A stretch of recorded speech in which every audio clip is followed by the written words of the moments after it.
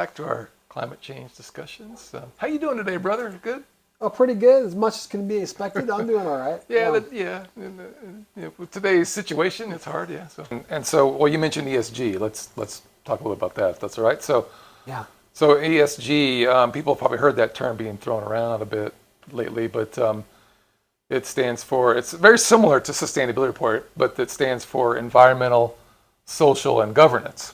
Right. And so the economic thing is not necessarily in there as much, but it's a similar reporting. And you're saying the sustainability report started in 1997. ESG started around 2004. Yeah, you were talking about the SEC before. Maybe it has these policies they want to implement that would make it mandatory. And so they've been talking about this for quite a while, all this year anyway. And so if that happens, that to me, I think that may be a problem. It's going to have to do with your greenhouse gas emissions is what it comes down to. So you would need to report what your scope 1 and scope 2 emissions are, and those are what you call your direct and indirect emissions. So your direct emissions would be as your manufacturing process, how much carbon dioxide or other greenhouse gases you're emitting while you're using that product, whereas the indirect is from the electricity that you're getting from an outside source. Right, even though you're not producing it there, it's being emitted somewhere else. So you have to count all that, right? You have to count all that kind of stuff, yeah. So as part of this requirement, you have to show what kind of governance you're doing to mitigate these climate change related risks and opportunities that they kind of give to you. So after you report your greenhouse gas emissions, you have to come up with a plan as far as what implementation measures you're going to take to reduce your greenhouse gas emissions. And so that's where a lot of this where it may become more of an issue for companies to report this, is that not only would they have to show what their emissions are, but what their plan is as far as reducing their greenhouse gas emissions for that. Yeah, I have no problem with it. I mean, they should, at some point, it'd be nice if everybody reported that GHG emissions, and stuff that people, would at least see those numbers and stuff. So if you implement a plan, that affects a lot of other things. So you can reduce your greenhouse gases in a lot of different ways. You would have to implement a target and goals as far as your greenhouse gas emissions. So you would say in the report, like what you're reporting to the SEC, is that we're going to, during a 15-year span, maybe for example from 2010 to 2025, we're going to reduce our greenhouse gas emissions by 40%. So each year when you do your sustainability report or you give it to the ESG, authorities, you say, well, in this year we reduced it by 30% from 2010 to like maybe 2020. And then as part of what you would report to them too is that, these are the measures I'm taking, the opportunities I have to reduce our carbon dioxide emissions. For example, if we have more efficient manufacturing processes, we'll reduce the amount of energy that we're consuming to make our products, and that'll reduce it. If we're more efficient with our transportation, we don't do as many trips, we're more organized in how we do it, that'll reduce the amount of fuel we're using. So that's good. And then also if we reduce our waste goes to the landfill, that'll reduce it too, because we're not contributing to the amount of methane emissions that are coming about from it. So a lot of what these companies are doing too, they want to have on-site power production that uses green energy. So they do it on-site, and they do it using like solar or biomass or things like that. I wanted to talk about how this might relate to a certain type of industry. For example, I wrote this book that I wrote called, let me get it out really quick. It's called Biofuels Manufactured from Renewables Other Than Cornstarch. I can give an example where we talk about the corn ethanol industry. Not agree to it as much as far as how we produce our ethanol for it. Most of that corn is made in the Midwest. Okay, so if you wanted to reduce your greenhouse gases by transportation, you're kind of limited to the areas you can transport it out from there, because ethanol can't be transported by pipeline like it can petroleum and gasoline and stuff. So you have to transport it primarily by truck. And so, but the way to reduce that is you would need to maybe organize which companies you would sell it to that are closer to where you're producing it in the Midwest. One other thing that some companies do, not a lot, but when you do ethanol fermentation, it produces a lot of carbon dioxide from fermentation. So if you can capture that carbon dioxide, and a lot of them compress it and sell it to the soda pop industry is for carbonation for the sodas. That's another way of reducing the greenhouse gas emissions. So in the book, I was kind of talking about, like in this book here, I think there's a better way of doing it as far as reducing our greenhouse gas emissions from ethanol manufacturing by doing alternative ethanol production methods. And for example, we could do what's called synthesis gas fermentation. We could do algae production, and then also with using acetic acid into ethanol, which is basically vinegar.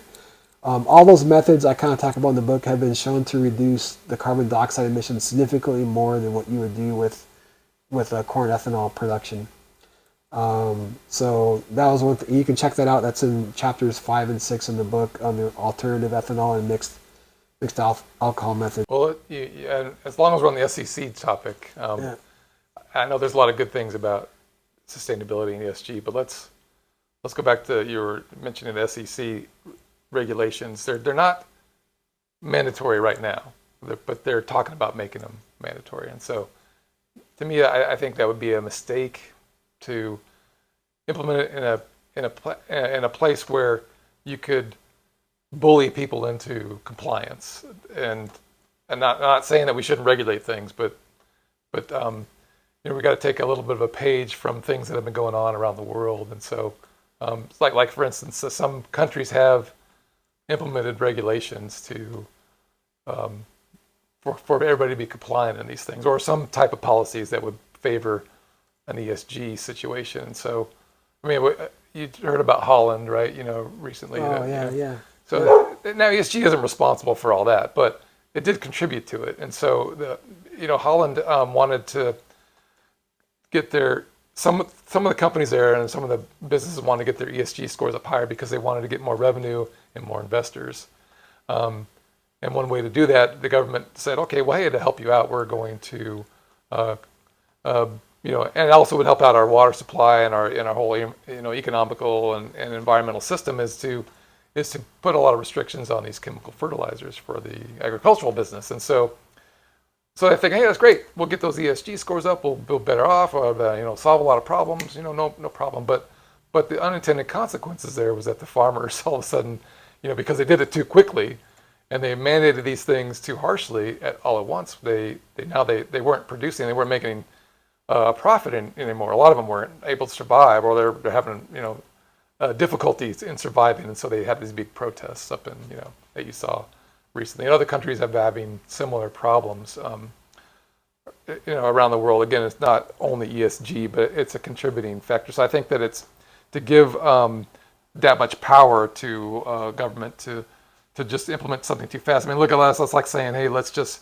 get rid of oil and gas altogether. That'll solve our problems. I know it would solve a lot of problems for greenhouse gas emissions, but how much destruction would that cause in its wake, right? We can't reasonably do that right now, and so we need to work on it in a step-by-step process so that everybody is going to be able to do this and not get killed in the process. So that's, I think, a bully platform is difficult. So another aspect to that beyond the SEC is that some companies who have monopolies on certain things or close to a lot of business may decide, hey, I'm going to implement this on my own, right? And so you might have heard about that with some of the financial investment firms that are implementing these policies and making a requirement for those that invest with them or those that they do business with as a fiduciary, like handing out loans or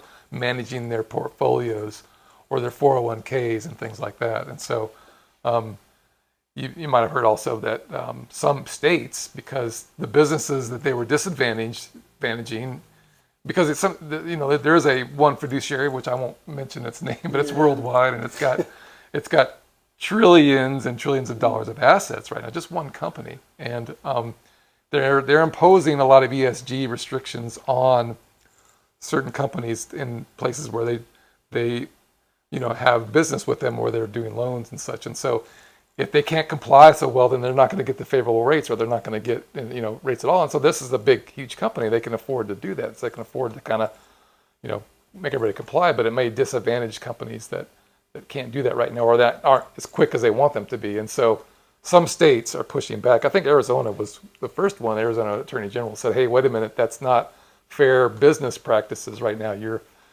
providing an uneven playing field right now, and so that's wrong." And so they're trying to make laws to push back, or they're proposing laws in 19 states now, I think, and it could be increasing to push back on that a little bit so that they won't be implemented in the wrong way. So I think we got to be careful, is all I'm saying, about how it's implemented.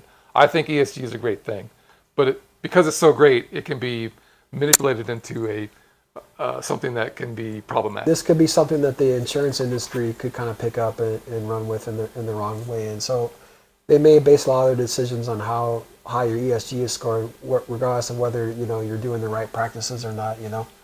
So they may base their decisions just on that raw score. Yeah, I mean it's so unfair, right? I mean, if an insurance company is mainly concerned about maybe the health and safety and employee practices and things in the workplace, all that, that's mainly what they want to concentrate on. They could get that out of the report, out of the sustainability report. But to look at a number, that may not be indicative of the things that they care about. So, yeah. And they also say maybe the government someday could use it as far as making choices on what companies get natural resources or different, like from electricity usage or things like that. Yeah. So got to be careful. They're saying things like that. One thing that would be really beneficial for us is to kind of concentrate more on the sustainability reporting aspect of it. Companies need to do more. The investors need to do more of the research. And so I think actually the best thing for this would be to develop a system where we reward companies that are helping out the infrastructure to help bring about the green energy, where the real impact will be as far as helping come out with equipment and machinery that use other types of renewable energy and fuel, such as hydrogen and biofuels, stuff like that. So if we come up with, and then also things that will help the oil and gas industry help to sequester their carbon dioxide. Yeah, we talked about that before. So we need to invest in companies that do those kind of things. And so one example that I was kind of looking at sustainability reportings while we were kind of working on this project, and I ran across a company called Caterpillar, which is everyone may be big company. Everyone may be familiar with, but they're getting involved in a lot of different collaborations with other companies for in their sustainability report. They're showing that they're starting to design engines and gas generators that work off of biofuels and hydrogen. So, like for example, their gas generators, they want to either design it to run off 100% hydrogen or a mixture of natural gas and hydrogen. They're working with companies to help build trains that run off of hydrogen itself. So you can have a railway system, maybe in the future that run off of hydrogen. So we need those kind of things as far as infrastructure goes. They're interested in power systems that use fuel cells with hydrogen, maybe backup power, different things like that. They're starting to design their engines so that they can use biofuels such as biogas and biodiesel or renewable diesel. They can use in those engines and things like that. So I really think that that's where the emphasis should be. We want to bring about this green energy movement, but at the same time we want to invest in the infrastructure that will do it. Whereas we say if we're just going to make a lot of electric cars and solar panels, do we have the infrastructure for that set in place?